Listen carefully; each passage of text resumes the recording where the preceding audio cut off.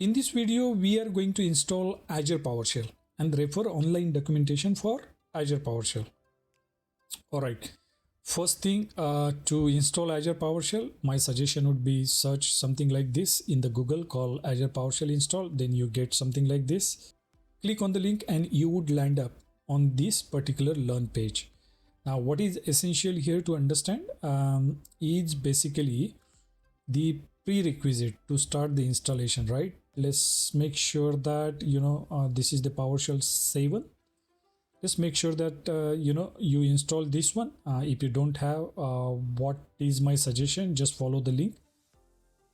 Get the MSI installer for the Windows operating system. Install it. It's just a straightforward installation that you find on the Windows. Always next. That's it. And then basically initiate that PowerShell 7 cell and then follow this particular instruction. So what I'm going to do, I'm just going to get that particular cell from the other side, PowerShell shell. Let me get that one. All right, so it's coming up on the screen. This is the one, right? That's the PowerShell 7. It's a bit different than the one you see with Windows, right? Coming, it has a lot more capability and features. So that's why I think recommendation is to use like a PowerShell 7 in this particular case. So what we do here, let's make sure that we follow these instructions. First thing is that this is what the thing is we would be doing, and you can see that current user remote sign. That's okay.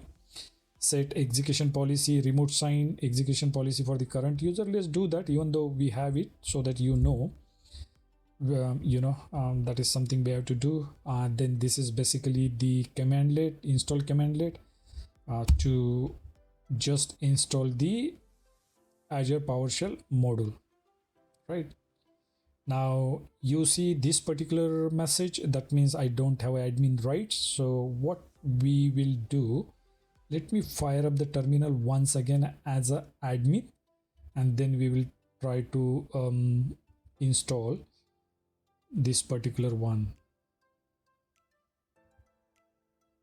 All right, so I'm just kicking up the terminal with the admin rights, and let's go ahead and do once again as part of the admin, and let's see whether that makes any difference or not. And you can see on the top here that it's a administrator window right now. I'll go ahead and click this one. It might take a little bit time, so let me go ahead and pause the video, and I'll kick it on once again. This is done. All right, the installation is done. It downloaded the module, and I also try to update the module once again, but that is how you update the module if you have already installed Azure PowerShell, right? Now what is that we're gonna do? We're going to connect using the cmdlet called AZ account. That is what is used basically to log into the Azure. We select the account, we go ahead and connect something like this, and then you should be in a position to do whatever that you want to do, right? Here I think I do have some examples. Let's go ahead and see whether we can get some kind of example which we can fire up. Here, Azure PowerShell. All right, so let me just see, get started, how to install, configuration, tutorials. There you go. I think that's the one we are after. Let's see, a similar example, right? Let's go ahead and copy this one. All right, so we take that again, we go back to the terminal, we just paste whatever is there. All right, that particular resource group is there. What we should do, we should go ahead and first clean that resource group. Okay, let me go ahead and say yes, and that is fine. But what is that I'm going to do first on the Azure portal? Let me go to the resource group, and we're just going to use the same example, right? And this is the resource group that is coming from there. So let's go ahead and clean this up. You can just basically delete the resource group, something like this. Just copy the name of the resource group, put it there, and just delete it, right? So this way, whatever the resources are there within that particular resource group will also be deleted. You can see the notification popping up here that resource group is basically being deleted. We just want to make sure that is deleting. The resource group is deleted. Let's ensure that we don't see that resource group in the list. Let's go back to the resource group, refresh once again, right? Nothing is there. Now we go back to our example, quick start example, copy once again this particular thing, go back to the terminal, copy paste once again the similar thing, right? And let's go ahead and create the resource group called test.rg right now using the same setup commandlet, right? Is created. We go ahead and copy the next one again. In this particular case, copy that particular commandlet. Let's go ahead and hit that. Is creating. Similar thing, if you remember, we did in Azure Cloud Shell under the PowerShell bash, and this is something we're doing from the desktop right now, right, where we have the PowerShell install.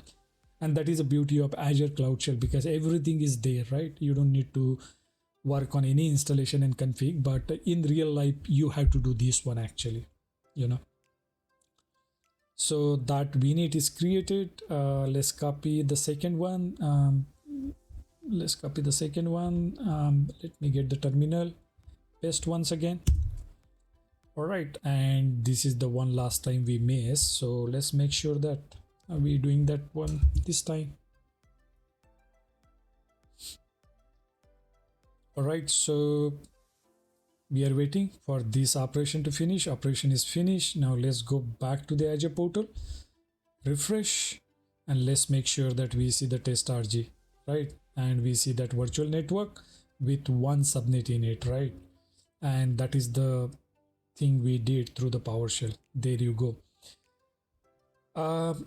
Like Azure CLI, you can find a documentation available here for all the commandlet.